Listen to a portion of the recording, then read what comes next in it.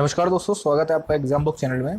दोस्तों, इस वीडियो में हम बात करेंगे यूनियन एंड इट्स टेरिटरी के बारे में। संघ और इसका क्षेत्र, मतलब संघ क्या होता है और उसके क्षेत्र में कौन कौन सी चीज़ें होती हैं। वैसे ये जब आप संविधान पढ़ेंगे तो उसमें भाग एक जो है, भाग एक में ये सारा के सारा जो जो टॉपिक आता है ये आता है। और आर्टिकल 1 2 और आर्टिकल 1 से लेकर आर्टिकल 4 तक इसमें पूरा के पूरा दिया गया है। इसमें कभी कभी बहुत ज़्यादा कंसेप्चुअल क्वेश्चन पूछ लेता है, इसलिए मैं ये टॉपिक आपको पढ़ा रहा हूँ।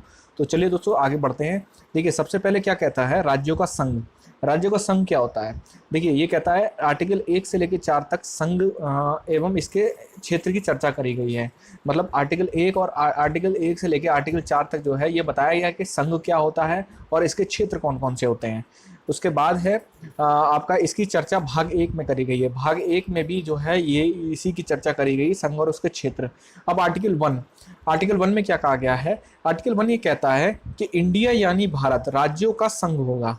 ठीक है, इसको आपको बहुत ज़्यादा ध्यान से इसको आप देख लीजिए एक बार, क्योंकि ये जो चीज़ है ना ये कभी कभी आ जाती है। जैसे अब मैं बताता हूँ इसमें क्या क्या क्वेश्चन क्या आते हैं। जैसे अब इस चीज़ से, इस पूरी लाइन से आर्टिकल 1 में जो दे रखा है कि इंडिया यानी भारत राज्यों का संघ होगा, अब इससे दो चीज़ें निकल के आती हैं। पहली चीज़ निकल के आती है देश का नाम, और दूसरी चीज़ निकल के आती है राज्य पद्धति, मतलब वहाँ पर शासन किस तरीके से होता है।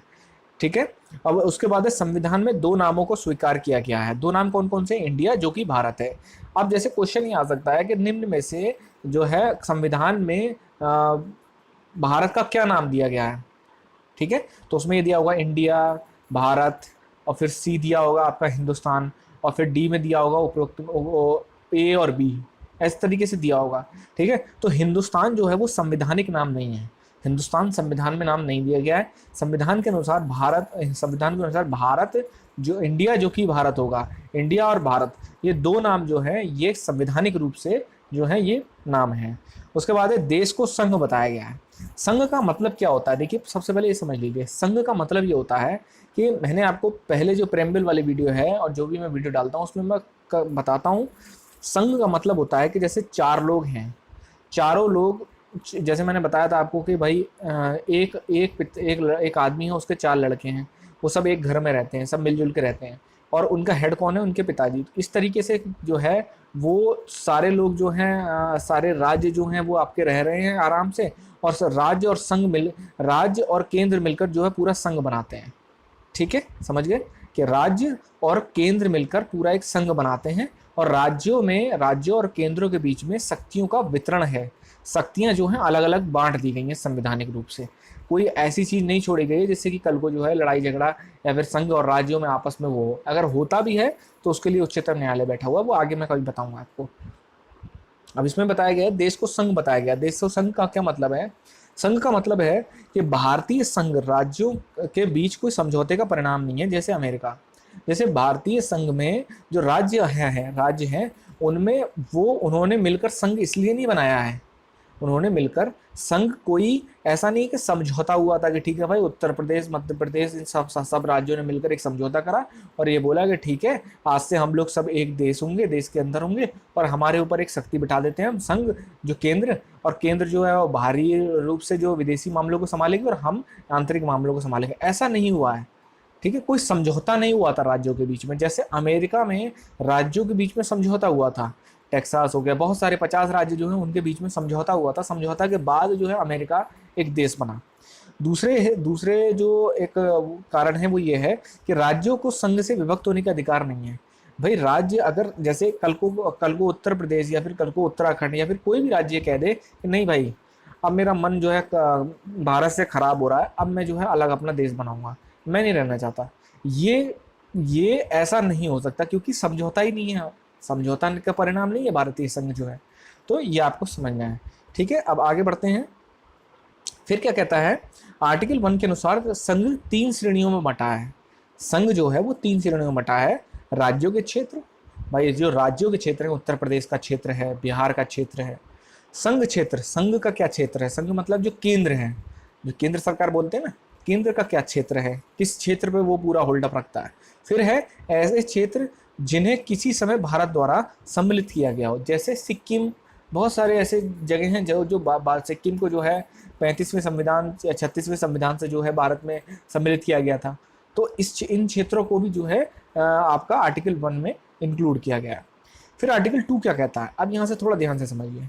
आर्टिकल 2 ये जो है वो ये कहता है संसद कानून बनाकर संघ में नए राज्यों का प्रवेश या उसकी स्थापना कर सकती है।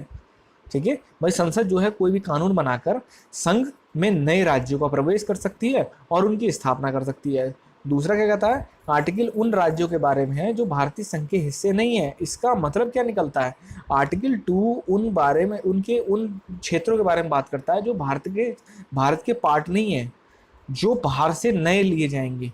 जैसे सिक्किम को लिया गया था, तो वो सिक्किम जब आया था तब अनुच्छेद 2 के तहत आया था, ठीक है ना, क्योंकि वो भारत का क्षेत्र नहीं था।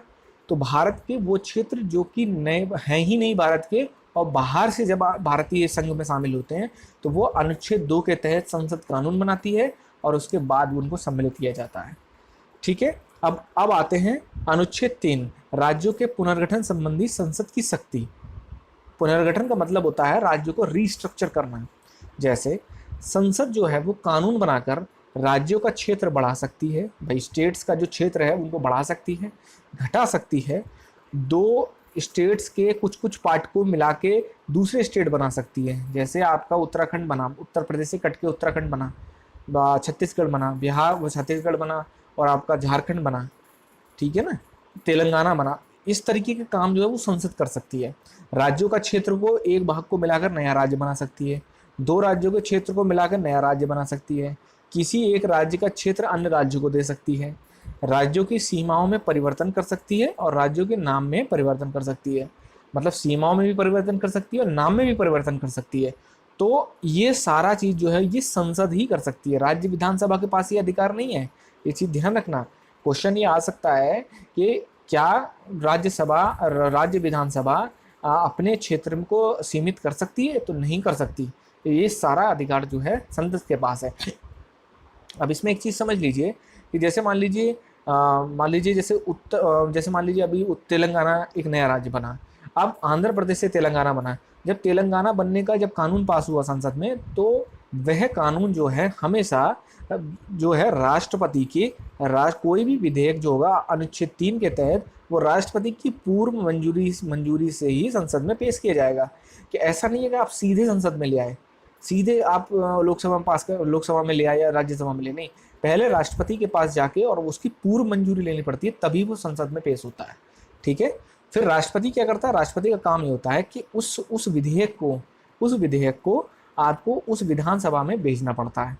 तो भाई आप उस आंध्र प्रदेश की विधानसभा में भेज दिया, अब उस विधानसभा क्या आपका वो लेती है कि भाई अगर वो रिजेक्ट कर देती है या फिर वो एक्सेप्ट कर लेती है, ठीक है हम तैयार हैं, आप जो है तेलंगाना बांट दो, या फिर वो ये कहती है नहीं भाई हम तैयार नहीं, आप तेलंगाना नहीं बांट सकते। अब यहाँ पर एक चीज़ ध्यान रखना कि राष्ट्रपति विधानमंडल के मत को मानने के लिए बाध्य नहीं है। मतलब राष्ट्रपति अगर वो ये कह देती है कि नहीं भाई हम तैयार नहीं है, विधानसभा ने जो है ये जो विधेयक जो राष्ट्रपति ने भेजा है इसको खारिज कर दिया है, तो भी राष्ट्रपति वही करेगा जो वो करना चाहता है। विधानमंडल का, राज्य की विधानमंडल का जो है कोई भी चीज़ मानने को वो बाध्य नहीं है। आर्टिकल 3 के मामले में पूर्ण शक्ति संसद को है। मतलब अब विधानसभा कुछ भी कहती रहे, अगर उसको पास करना है तो करना है। ठीक है, अगर संसद ने चाह लिया है कि ठीक है, संसद चाहती है कि हाँ ठीक है भाई हो जाए, राज्य की विधानसभा चाहे कुछ भी बोलती रहे, चाहे वो ये कहे कि नहीं बनना चाहिए तभी वो बनाएंगे, ये कहे बनना चाहिए तो वो बना ही रहे हैं।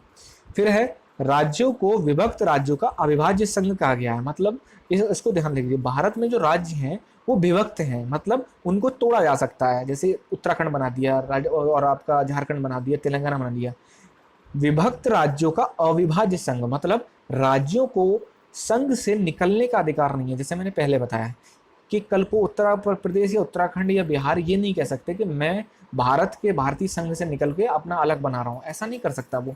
बिहार को भागों में तोड़ा जा सकता है, राजस्थान को तोड़ा जा सकता है, ये तो विभाज्य हो गए, ये मतलब इनको स्प्लिट किया जा सकता है, लेकिन वो संघ से निकलने के लिए निकल नहीं सकते, ये अधिकार नहीं है उनके पास। अमेरिका में अविभाज्य राज्यों का अविभाज्य संघ है। मतलब अमेरिका में क्या है, अविभाज्य राज्य, मतलब राज्य भी नहीं टूट सकते। 50 राज्य हैं तो वो 50 ही रहेंगे। ऐसा नहीं है कि किसी एक राज्य को आप तोड़ के 51वां राज्य बना लो, ऐसा भी अधिकार नहीं है। और अविभाज्य संघ मतलब संघ से, अमेरिका से कोई भी राज्य बाहर नहीं निकल सकता। फिर आर्टिकल 2 और 3 से संबंधित कोई भी विधेयक आर्टिकल 368 के अंतर्गत नहीं माना जाएगा, इसे साधारण विधेयक माना जाएगा। अनुच्छेद 4 क्या कहता है कि अगर कोई कानून ऐसा लाया जा रहा है कि बाहर से भारतीय जो भारत में जो क्षेत्र नहीं है, अगर उनको बाहर से इंक्लूड किया जा रहा है जो आर्टिकल 2 में है, या फिर किसी राज्य को तोड़कर दूसरा राज्य बनाया जा रहा है जो आर्टिकल 3 में कहता है, तो उनके लिए अनुच्छेद 368 368 जो कि संविधान संशोधन उसमें कहा गया है वो नहीं है, संविधान संशोधन के तहत नहीं आएगा वो कानून, वो सिंपल मेजोरिटी के थ्रू आएगा। कि सिंपल जो होती है आपकी कि भाई 50% जो है मिल जाए वो उसके तहत आएगा। जब आर्टिकल 368 पढ़ाऊंगा मैं तब आपको समझाऊंगा कि ये है क्या। बस अभी के लिए इतना समझ लीजिए कि संविधान, इन चीज़ों के लिए संविधान में संशोधन करने की आवश्यकता नहीं होती। 368 आर्टिकल के तहत आपको विधेयक लाने की आवश्यकता नहीं है। फिर है भारत का कोई क्षेत्र किसी अन्य देश को देने की शक्ति आर्टिकल 2 में नहीं है। अब जैसे क्या है, मान लीजिए अभी जो है जो आपने लगभग 2014 के करीब जो है भारत के कुछ पार्ट जो थे वो बांग्लादेश को दिए गए थे और बांग्लादेश से कुछ पार्ट भारत में आए थे। ठीक है, तो अब ये समझ लीजिए जो भारत के कुछ भाग जो बांग्लादेश को दिए गए थे वो अनुच्छेद 2 और 3 में नहीं आते, उनके लिए आपको अनुच्छेद 368 संविधान संशोधन के तहत ही विधेयक लाना पड़ेगा। समझ गए ना। जब आप बाहर से अंदर कोई राज्य कोई क्षेत्र ले रहे हैं तब आपको अनुच्छेद 368 की जरूरत नहीं है, लेकिन जब आप अपना कोई क्षेत्र दे रहे हैं तो अनुच्छेद 368 यानी संविधान संशोधन विधेयक की लाने की आवश्यकता होती है। आगे बढ़ते हैं, कुछ महत्वपूर्ण आयोग और देख लीजिए जिनसे डायरेक्ट क्वेश्चन रहता है कभी कभी कि भाई धर आयोग, राज्यों को भाषा के आधार पर बांटने के लिए विभिन्न आयोग बने। जैसे सबसे पहले बना धर आयोग, इसके अध्यक्ष जो थे एस के धर थे। इसका गठन जून 1948 में हुआ। इस आयोग ने सिफारिश करी कि राज्यों का पुनर्गठन भाषा ही आधार पर ना होकर प्रशासनिक आधार पर होना चाहिए। भाई इसने कह दिया, क्योंकि मांग जो थी उस समय आंध्र प्रदेश में जो मांग ये हो रही थी कि भाई भाषा के आधार पर आंध्र प्रदेश को एक कर दिया जाए, जो कि ठीक नहीं था। तो जब आयोग बनाया गया तो आयोग ने तो सिरे से नकार दिया कि भाई भाषा के आधार पर नहीं बनना चाहिए, क्योंकि अगर आंध्र प्रदेश को बना दिया फिर सारे राज्य इसकी जो है डिमांड करेंगे। फिर उसके बाद क्या हुआ, जेवीपी आयोग बना। इसका गठन दिसंबर 1948 में होता है और इसके सदस्य जो थे जवाहरलाल नेहरू थे, वल्लभ भाई पटेल और पट्टाभी सीतारमन, ये इसके सदस्य थे। क्वेश्चन आ जाता है कि जेवीपी आयोग के सदस्य निम्न में से कौन नहीं है, तो उसको ध्यान रखना। इन राज्यों का गठन भाषा के आधार पर करने से मना कर दिया। इस आयोग ने भी कहा कि राज्यों का गठन भाषाओं के आधार पर नहीं होना चाहिए। फिर आता है फजल अली आयोग। फजल अली आयोग ने क्या करा, इसका गठन दिसंबर 1953 में होता है और ये 3 सदस्यीय आयोग था। पहले इसके अध्यक्ष जो थे वो फजल अली थे। 2 सदस्य और कौन से थे, KM पणेकर और HN कुंजरू इसके सदस्य थे। ये सदस्यों से रिलेटेड जो है क्वेश्चन आता है। इसने अपनी रिपोर्ट में राज्यों को भाषाई आधार पर बांटने को कहा। इसने ये कहा कि भाई भाषाई आधार पर बांट दो, लेकिन पूर्णतः भाषाई आधार पर नहीं बांटना है आपको थोड़ा सा ये भी देखना है कि एडमिनिस्ट्रेटिव सहूलियत भी होनी चाहिए। ठीक है ना, कल को भाषाई आधार पर आपने बांट दिया तो पता लगे बाद में जो है वो प्रॉब्लम क्रिएट हो रही है, तो भाई प्रशासनिक सुविधा भी देखनी पड़ेगी। भाषाई आधार पर पहला बनने वाला राज्य आंध्र प्रदेश है जो 1953 में बना। इसको आपको मतलब बहुत अच्छे से दिमाग में रख लेना है। क्वेश्चन सीधा आता है कि भाषाई आधार पर पहला राज्य कौन सा बना, तो आंध्र प्रदेश बना 1953 में। राज्य पुनर्गठन अधिनियम कब बना, 1956। राज्य पुनर्गठन अधिनियम मतलब अब राज्यों को पुनर्गठित किया जा रहा था। राज्य पुनर्गठन अधिनियम से बनने वाला पहला राज्य कौन सा था, मतलब जब 1956 में ये एक्ट लाया गया कि भाई राज्य पुनर्गठन अधिनियम लाया गया, तो उस एक्ट के थ्रू बनने वाला पहला राज्य कौन सा था, वो था गुजरात। ठीक है, राज्य पुनर्गठन आयोग के बाद राज्यों की संख्या कितनी हो गई थी भाई, राज्य जब ये एक्ट आ गया, एक्ट के बाद जब पूरी कोई 2 राज्य मिला दिए गए, कोई अलग कर दिए गए, तो उसके बाद राज्यों की संख्या कितनी हो गई, तो 14 राज्य और 6 केंद्र शासित प्रदेश जो थे वो आपका राज्य पुनर्गठन अधिनियम के बाद जब रिशफल किया गया, पूरे एक्ट को पूरे के पूरे राज्यों को मिलाया गया, उनको तोड़ा गया, तो इतने राज्य 14 राज्य और 6 केंद्र शासित प्रदेश जो थे वो बचे। तो दोस्तों ये पार्ट जो था ये यूपीएसआई के लिए मैंने आपको बताया है कि मैं यूपीएसआई के लिए संविधान का अलग पार्ट बनाऊंगा, क्योंकि यूपीएसआई में पूरा थोड़ा डेप्थ में आता है। तो और जेल वार्डन के लिए मैं जो है संविधान अलग से बनाऊंगा, क्योंकि उसमें बहुत सतही चीज़ें आती हैं। लेकिन जीएस जो है दोनों की कंबाइन चलेगी, दोनों की, क्योंकि जो कुछ लड़के जो लोग जेल वार्डन में बैठेंगे वो लोग यूपीएसआई में भी बैठेंगे, क्योंकि गर्ल्स में भी यही होगा। गर्ल्स में जो जेल वार्डन वुमेन में बैठ रही हैं वो आपका यूपीएसआई में भी बैठेंगी। इसलिए तैयारी करती रहिए। Best of luck.